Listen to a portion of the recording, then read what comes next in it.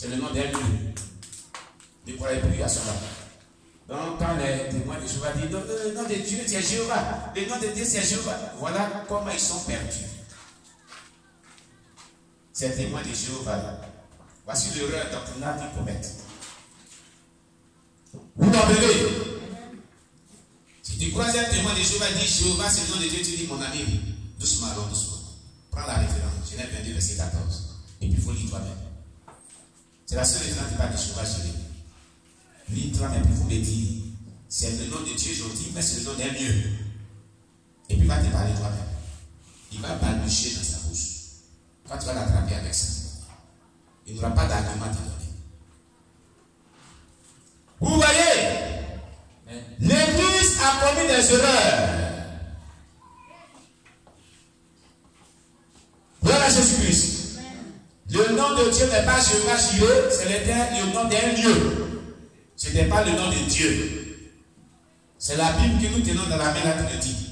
Ce n'est pas nous qui l'avons inventé. Amen. Alléluia. Que Dieu soit loué. Donc, le nouveau ciel et la nouvelle terre. La parole de Dieu enseigne que le nouveau ciel et la nouvelle terre où régnera la justice seront créés par Dieu et les rachetés y vivront avec Dieu pour l'éternité. La terre actuelle qui a été polluée par le péché disparaîtra après le jugement du grand trône blanc. Selon Psaume chapitre 102, verset 25 à 26. Psaume chapitre 102, verset 25 à 26. Ésaïe chapitre 51, verset 6. Ésaïe chapitre 51, verset 6. Ésaïe chapitre 65, verset 17. Ésaïe chapitre 65, verset 17. Matthieu chapitre 24, verset 35. Matthieu chapitre 24, verset 35. 2 Pierre chapitre 3, verset 10 à 13. 2 Pierre chapitre 3, verset 10 à 13. Apocalypse chapitre 21, verset 1. Apocalypse chapitre 21, verset 1. Rien d'impur n'y entrera dans ce royaume de Dieu. Nous nous connaîtrons étant donné que notre connaissance sera rendue parfaite. Et il n'y aura plus de malédiction. Il n'y aura plus de nuit. La gloire du Seigneur y sera la lumière. La gloire du Seigneur y sera la lumière. Selon Ésaïe 66, verset 22. Ésaïe chapitre 66, verset 22. 2 Pierre chapitre 3, verset 12 à 13. 2 Pierre chapitre 3, verset 12 à 13. 1 Corinthiens chapitre 13, verset 12. 1 Corinthiens chapitre 13, verset 12. 1 Jean chapitre 3, verset 2 à 3. 1 Jean chapitre 3, verset 2 à 3. Apocalypse chapitre 21, verset 1 à 7. Apocalypse chapitre 21, verset 1 à 7. Apocalypse chapitre 22, verset 1 à 5. Apocalypse chapitre 22, verset 1 à 5. Amen. Donc nous disions comme ça, qu'après le jugement du grand trône blanc, il y aura le nouveau ciel et la nouvelle terre. La parole de Dieu nous enseigne que le nouveau ciel et la nouvelle terre, où régnera la justice, seront créés par Dieu et les rachetés y vivront avec Dieu pour l'éternité. La terre actuelle qui a été polluée par le péché disparaîtra après le jugement du grand trône blanc. Nous avons lu Apocalypse 21, verset 1. Commençons par Apocalypse 21, verset 1. Apocalypse 21, verset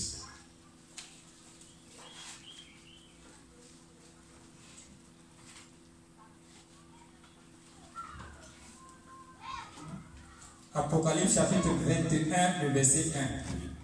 Puis je vis un nouveau ciel.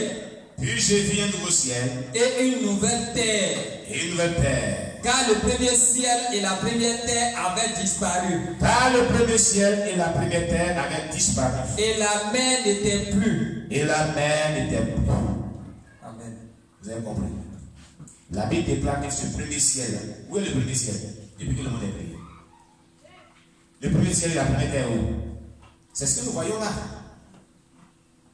Et la première terre, c'est ce que nous voyons là, va disparaître. Et la mer ne sera plus. Après le jugement du grand tremblement, ce ciel que tu vois là-bas disparaître, déclare la Bible. La terre sur laquelle tu trouves là-bas disparaître. Dans les événements eschatologiques. Voilà ce qui va arriver. Amen. Amen. Gloire à Jésus-Christ. Puis je vis un nouveau ciel et une nouvelle terre, car le premier ciel et la première terre avaient disparu et la mer n'était plus. Terminé. Amen. Donc après le jugement du grand tremblement viendra le nouveau ciel et la nouvelle terre, déclare la Bible. On va prendre une deuxième référence biblique. Amen. Alléluia. Prenons Matthieu 24, verset 35. Matthieu chapitre 24, verset 35. J'ai donné plusieurs références bibliques, mais on va prendre au moins deux. On ne va pas les parler tous. Matthieu chapitre 24, verset 35.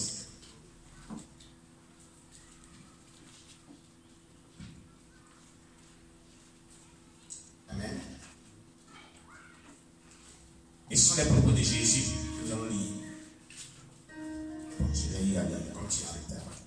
Il a dit, le ciel et la terre passeront, mais mes paroles ne passeront point. C'est ça Jésus qui parlait. Ça veut dire que ce ciel va disparaître. C'est Jésus qui avait parlé. La terre va disparaître. Amen. Mais lui, ses paroles ne passeront point. Ses paroles subsisteront. Alléluia. Amen. Alléluia. Amen. Le ciel et la terre passeront, disparaîtront. Amen.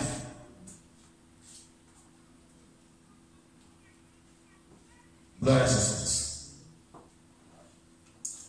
Donc, la terre actuelle qui a été polluée par le péché disparaîtra après le jugement du grand tremblement. Rien d'impur n'y entrera dans ce nouveau ciel et cette nouvelle terre. Rien d'impur n'y entrera. Nous nous connaîtrons étant donné que notre connaissance sera rendue parfaite. Il n'y aura plus de malédiction. Il n'y aura plus de nuit. La gloire du Seigneur y sera la lumière. On va lire dans le livre Apocalypse, chapitre 21. D'abord, chapitre 22, verset 1 à 5. Apocalypse, chapitre 22, verset 1 à 5.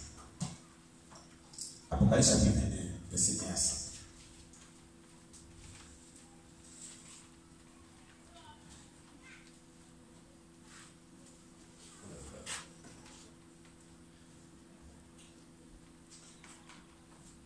Apocalypse chapitre 22, verset 1 à 5. Apocalypse chapitre 22, verset 1 à 5. Oui. Et il me montra un fleuve d'eau de la vie, limpide comme du cristal, qui sortait du trône de Dieu et de l'agneau.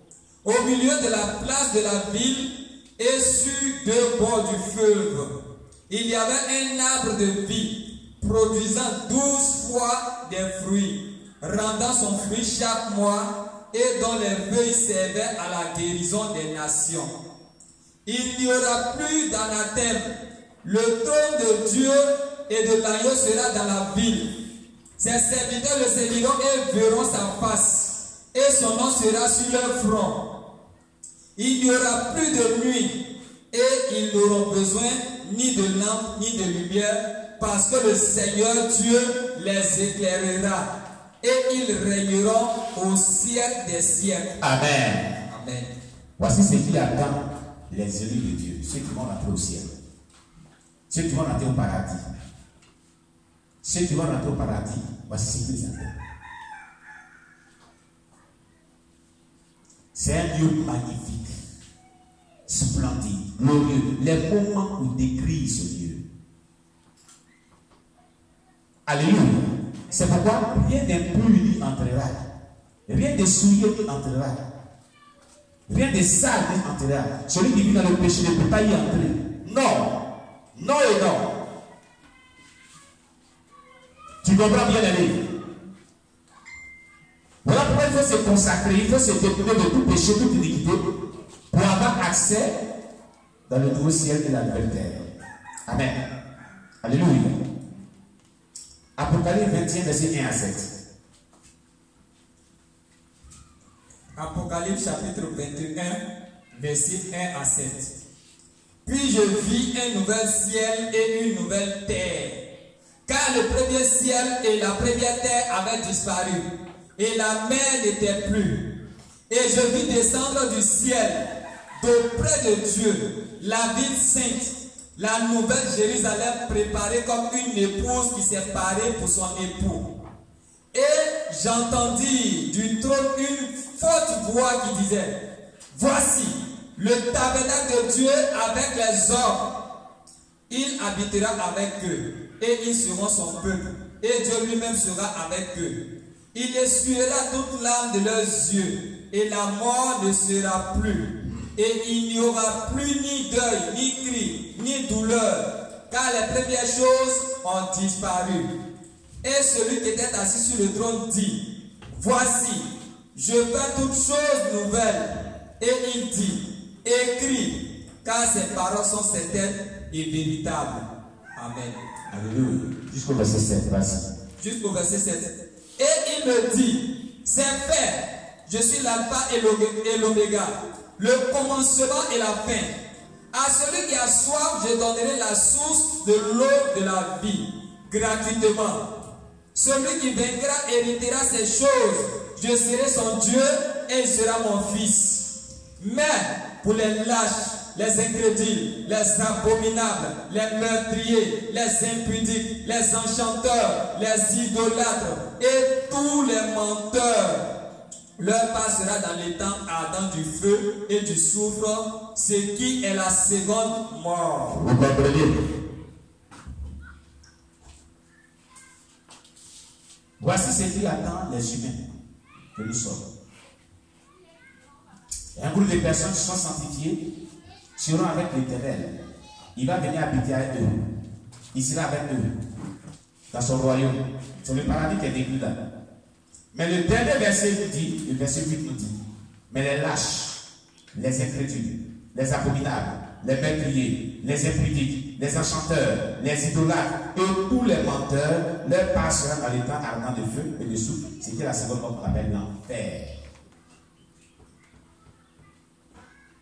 Pour ne pas aller dans ce lieu de l'enfer, Dieu t'interpelle de te sanctifier, de te repentir, d'aimer l'Éternel, ton Dieu, et de marcher selon sa parole, afin d'hériter le royaume des cieux qui est décrit ici, ce paradis, ce Dieu merveilleux, que Dieu est en train de décrire ici, du verset 1 au verset 7. Amen. Il a dit: à celui qui vaincra, héritera ces choses. Je serai son Dieu et il sera mon fils. Amen. Le verset 7 le dit. Tout ce qui a été décrit du verset 1 au verset 7, dans Apocalypse 21, Dieu dit: tu vas hériter cela si tu arrives à vaincre. Vaincre quoi? La vie de la mondanité, la vie du péché. Ce qui t'éloigne de Dieu, ce qui te disqualifie du ciel. Ce sont les vainqueurs qui hériteront le ciel. Ceux qui auront vraiment eu la grâce de marcher avec le Saint-Esprit, qui leur donnera de pouvoir triompher de tout ce qui peut compromettre le salut de l'âme, hériteront ces choses. Alléluia. Gloire à Jésus. Oui. Nous allons prendre 1 Jean chapitre 3, verset 2 à 3. 1 Jean chapitre 3, verset 2 à 3. Premier épître de Jean, chapitre 3, verset 2 à 3.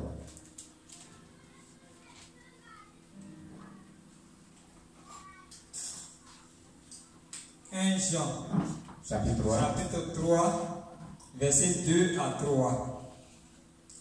Bien-aimés, nous sommes maintenant enfants de Dieu, Et ce que nous serons n'a pas encore été manifesté.